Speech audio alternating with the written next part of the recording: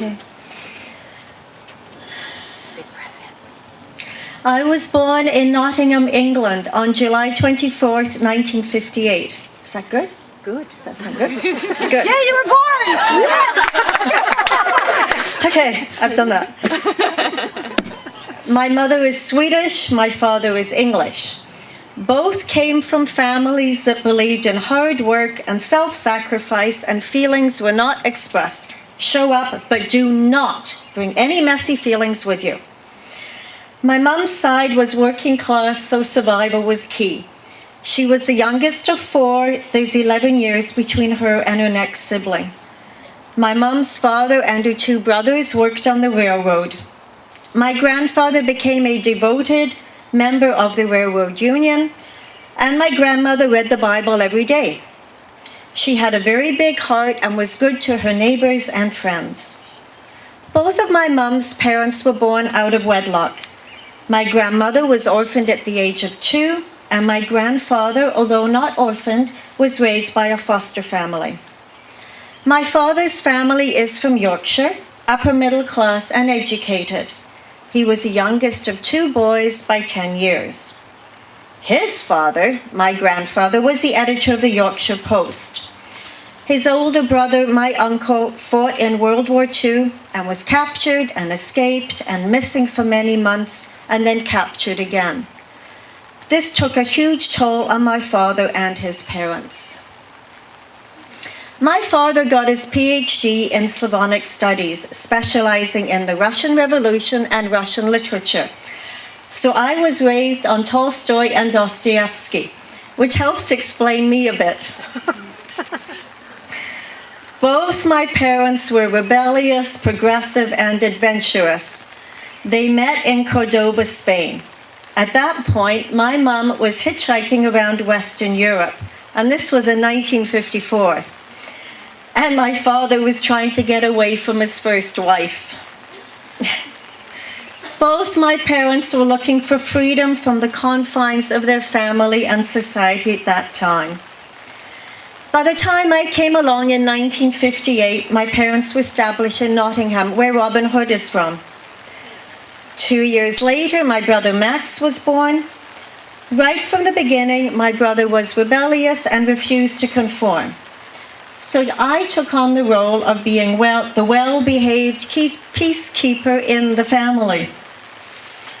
My father was a restless man, so we often traveled, especially to Sweden. My parents also went away on holidays, so Max and I would be left with family or friends.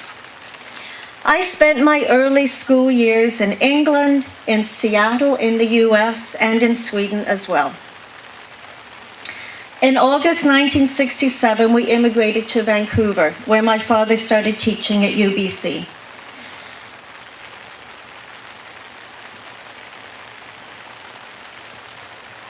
I had just turned 9 and did not want to leave England. This was a huge wrench for me. It wasn't until I presented my genogram in Prac 1 that I realized how attached I was to my aunt and uncle in Leeds. I felt safe there. You see, my father sexually abused me from the time I was still sleeping in a crib until my teenage years. I also remember him trying to kill me. He sexually abused some of my children too. It wasn't until 2005, after I ended my first marriage, that these memories started to surface. And it wasn't until I did the Awakening workshop in May 2011, the year I started Prac, that I also got a memory of a pregnancy with my father. I did not believe this, so I pushed it away.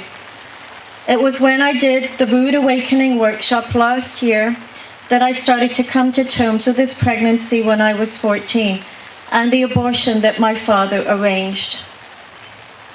The overall feeling I have with this memory is one of huge loss and emptiness. I feel very confused about my relationship with my father. On one hand, he was on a mission to save the world. He worked for Amnesty, MI5 during the Cold War, the Tibetan government in exile, smuggled dissidents' writings out of the Soviet Union. He cared deeply about the suffering on the planet, so I'm proud of his intellectual brilliance and humanitarian work. On the other hand, I was terrified of him, and he was the scariest person in my world. Living in my family, I learned to be responsible, grown up, and not take up space. I tried to keep everyone happy so that my father wouldn't hurt us. There was tension all the time, like walking on eggshells. I learned that the world is confusing and unsafe. With myself, I learned that I do not matter. What I do matters. In relationship, I learned that I had no value, and what I didn't value, I would easily give away. I realized that although I have been proud of my parents' progressive, avant-garde natures, it was also hard because they felt rude sometimes. This left me feeling uncomfortable, ashamed, and like an outsider. Life in Vancouver continued for my family. My parents were drifting apart more and more, finally divorcing in 1975. Much later, my mum told me that my father had affairs all the way through their marriage. My parents embraced the hippie lifestyle. My father on a more intellectual level, and my mother in her artistic way. My father often traveled and studied. So whenever he left, we would transform the house into a commune-style home. My mum's artist friends and musicians would hang around too. My brother and I left our private schools and went to alternative schools. At the age of 14, I got involved with boys, and by 15, taking drugs. In order to survive, I became a caretaker, sacrificed self, and stayed small. In the world, these strategies have kept me stuck and from stepping into my magnificence. I had created a fear-based life and struggled with huge self-judgment and anxiety-controlling behaviors of perfectionism and workaholism. In relationships, I've struggled with weak boundaries, caretaking, and being controlling. I want to apologize to my children. I love you all 6. They're all here. They're gorgeous. They're amazing. I want to apologize for having affairs while I was married to your father. And I want to apologize for the times I exploded in blind rage and how terrifying that was for you guys. I love you all very much. You're amazing, brave. I was always very curious about the world and loved learning. My father was my teacher and guru, so I was always reading the books he wanted me to read. I became fascinated with anthroposophy and its founder, Rudolf Steiner. I knew I needed to get away from my lifestyle in Vancouver, so with my parents' permission, I left for England to attend a Waldorf school in the Cotswolds. I was 16. I struggled with depression, and eventually 2 months before graduation, I left school. I wanted to live my own life. I worked, and then in the beginning of July, I started hitchhiking around Europe. I was almost 18. I loved the freedom and anonymity of the road. I had many adventures. I ended up in a commune near Aix-en-Provence in the south of France. Everyone there was an actor. They had a cow. And one of my jobs was to go to the neighbors and sell fresh milk, saying, "Voulez-vous du lait, monsieur? Voulez-vous du lait, madame?"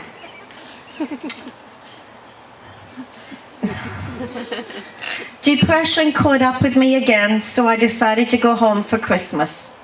There I met my future husband, Harold. He was, big surprise here, very avant-garde, a musician and an artist, and he smoked pot. Both of his parents were Austrian. 3 years later, we were married. Not long after, I wanted to have a baby. And after the first, another. And so on, until we ended up with 6. 3 boys and 3 girls. I also had 2 miscarriages. I loved being a mum. Having babies was like a piece of God entering my life. I found purpose and meaning. As my children grew up, those feelings have remained. We became a home learning family and practiced living simply, freedom of expression and creativity, and trying to be the change we wish to see in the world. We had bought my parents' large property in Kerrisdale before the prices went up, so we had the space to create. Harold built a recording studio and an art studio. I became a breastfeeding counselor and held parenting support groups and advocated attachment parenting. I was also involved with a meditation group. Both my parents had their own suites in my house. They paid rent, which helped us. My brother ended up there too. I was attached to my family of origin. They felt like my first 3 children. Max was a problem though because he was an alcoholic and had been since he was a teenager.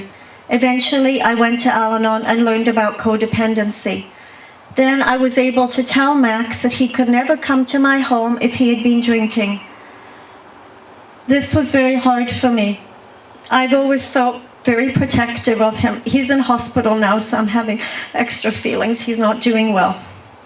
I loved him. We were very close growing up. About my marriage, Harold and I were uncomfortable with vulnerability and authentic connection. Well, we didn't even know how, so we both struggled. In September 2000, my brother was drunk crossing the road and was hit by a car. He survived, but was in hospital for many weeks. I became very exhausted and started seeing a psychotherapist. This was the beginning of my inner journey of stepping into getting to know Kajsa. The first step was a terrifying one, telling my father to move out of my house. Next step was my marriage. It took 4 more years for me to leave, and it was messy. I had an affair with Rick, whom I eventually married in May 2004.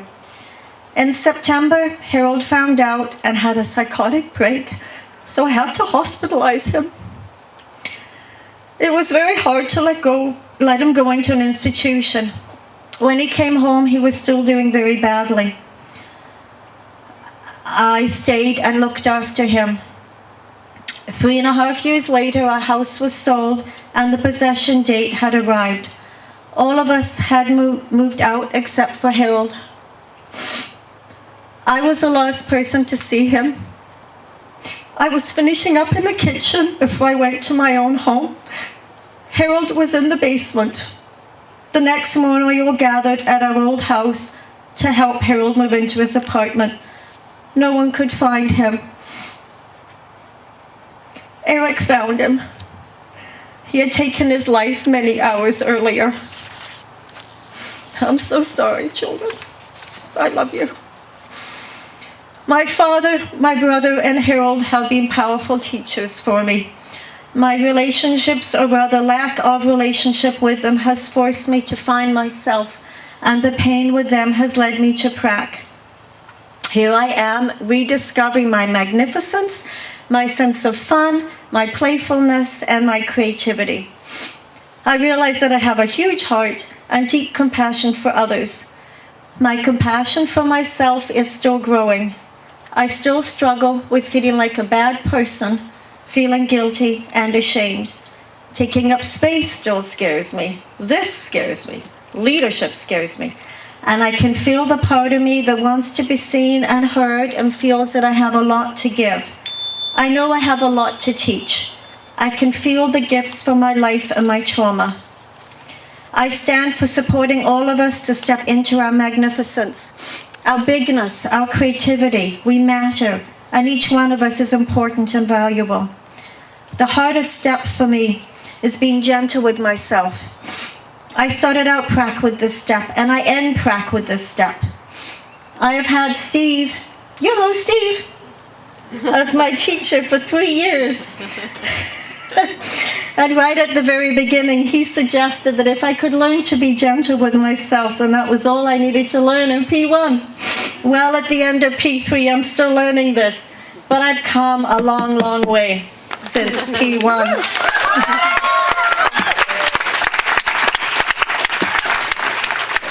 There is one step I really want to commit to, and that is to spending a few minutes every day looking in the mirror and really seeing me, however I'm feeling in that moment. I've been doing this a bit already, and I can see and feel my innocence and feel my compassion and gentleness. I feel curiosity too. Another bigger step is to give myself 1 day a week where I do what I want to do. And I want to say thank you to my teachers.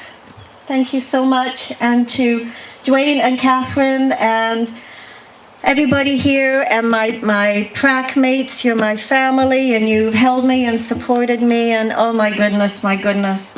Rick, thank you, my husband. Thank you for loving me and standing by me all this time. Thank you very much. Thank you.